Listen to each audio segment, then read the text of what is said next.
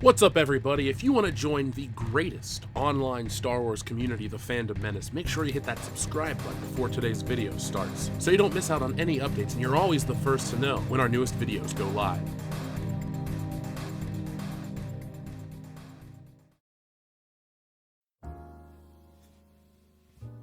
Now, last time we talked, we discussed how popular The Mandalorian was. So much in fact that Funko lists The Mandalorian separately from Star Wars because of the demand that that part of the brand has. Now you're probably thinking, oh yeah, Baby Yoda's cute, I get why the Funko Pops sell, or The Mandalorian looks enough like Boba Fett, so I get why people buy the character, and he's cool. But Funko Pops are small, they're cheap, they're disposable income products. You know, it's like, hey, I want to burn a couple bucks, well, I'll pick up a new Funko Pop, maybe complete my collection. If you buy them one at a time every once in a while, they're not a huge investment. But a huge financial investment usually dictates how dedicated you are to the art of collecting, or how much you're into your collection. And higher priced items usually reflect a demand on a scale much wider than just your regular Funko Pop. That is why historically Star Wars can sell you $200 lightsabers, $8,000 Darth Vader statues, $4,000 life-scaled Kenner action figures. It's because the original Star Wars is so beloved. It's because certain parts of Star Wars are so beloved.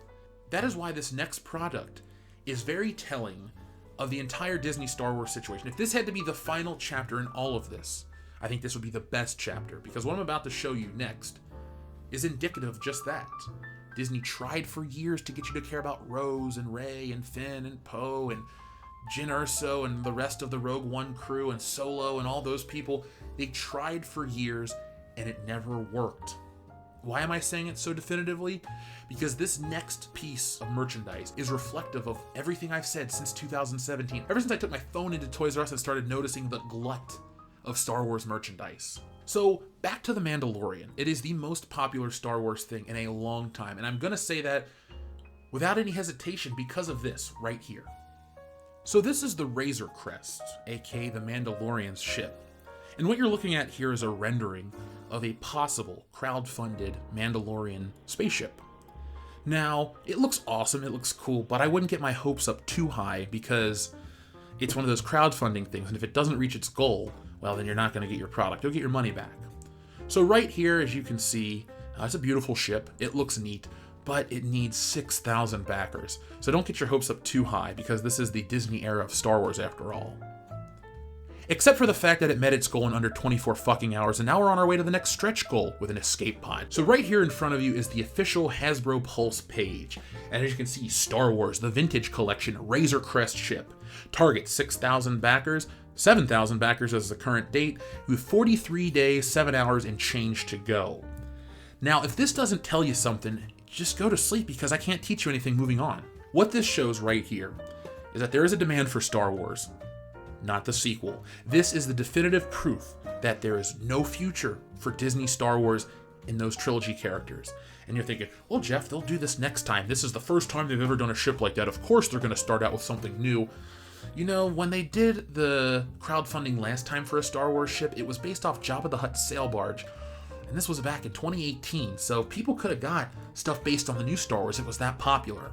So the Hasbro Pulse crowdfunding is new. It's a post-Last Jedi thing. And for anyone out there that's going to dig their heels and say what a great success The Last Jedi and The Force Awakens were, yeah, The Force Awakens made money. Where did those people go between that and The Last Jedi? Where are they at for The Rise of Skywalker? They just didn't show up. The chicks never came.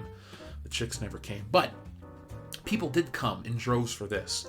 So before I even had heard about this fully, I had seen pictures, I knew it was coming, but I didn't know when it was going live or how many backers. But before I could even look into it, it was fully funded. So if you're one of those people that thinks this is an awesome concept, well, you can just back it and get it. Now it is $350, but that goes to prove my point that something so expensive has such demand, meaning they've created something good. So The Mandalorian is officially loved by Star Wars collectors. There's no more debate about it. Is it a good show? Is it a great show? I put it like this. Season 2 is what's going to make or break it for me. Have I enjoyed it so far? Yes, it reaches that good quality, that good scale. Was it perfect? Hell no. I, like a lot of people, enjoy Baby Yoda, but I've seen a little too much. I think they should have dropped him off on that planet in episode 4, and it should have been a show about The Mandalorian. and then there are a couple bad episodes afterwards. But that being said, I still enjoy The Mandalorian. It's the only thing from Star Wars that can at least interest me. I don't care about the High Republic. I don't care about the Obi-Wan show, any of the movies, any of the spin-offs. That part of Star Wars is dead to me. The Mandalorian is all there is right now. And this piece of merchandise is exciting for those that enjoy the show. So before we end this very long fucking video, let's take a look at some of this. So as you can see, these are just renderings of the ship, but this will be a full 1/18 scale for your 3 3/4 inch action figure. Let's see, we got the interior of the ship, and it does come with a special Mandalorian with Beskar steel armor. I feel like Hasbro should give me one of these for all the free product placements I've been giving them. There's the outside of the ship with the loading door. Inside, you can see that it is rendered with the bathroom and all these accessories and all these extra things. And these will all show up in there because this is a $350 crowdfunded thing. So they can't blame the market for cutting corners. This is just straight up, there's a demand for this. And, it's making that money. So we'll just look through these together quickly.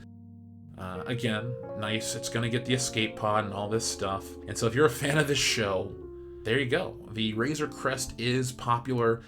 Well, popular enough. Now, with that being said, though, how come they never crowdfunded a Millennium Falcon? Well, because a couple of years ago, when the Star Wars market was stronger, they were able to produce a great Millennium Falcon and put it on the store shelves.